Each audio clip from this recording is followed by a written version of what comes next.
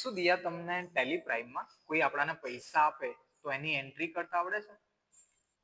જો કોઈ પાસેથી આપણાને પૈસા મળે ને તો એની એન્ટ્રી ટેલી પ્રાઇમમાં રિસિપ્ટમાં થાય. તો ચલો આપણે રિસિપ્ટમાં એની એન્ટ્રી કરીએ.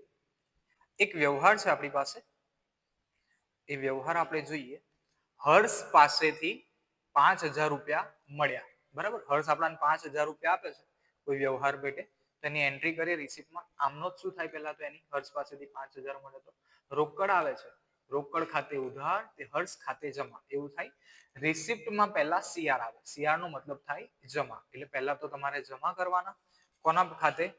હર્ષે જમા કર્યા તો હર્ષ ખાતે. હર્ષનું એક એકાઉન્ટ બનાવીએ આપણે.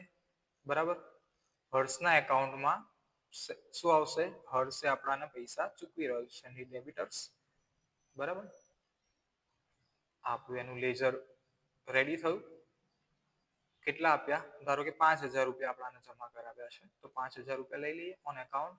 બરાબર, શું જમા કરાવ્યું? તો કેશ જમા કરાવી. રોકડ ખાતે ઉધાર કરીશું. થયું, રોકડ ખાતે ઉધાર તે હર્ષ ખાતે જમા, અને એની એન્ટ્રી સેવ કરીશું. છે ને એકદમ ઈઝી.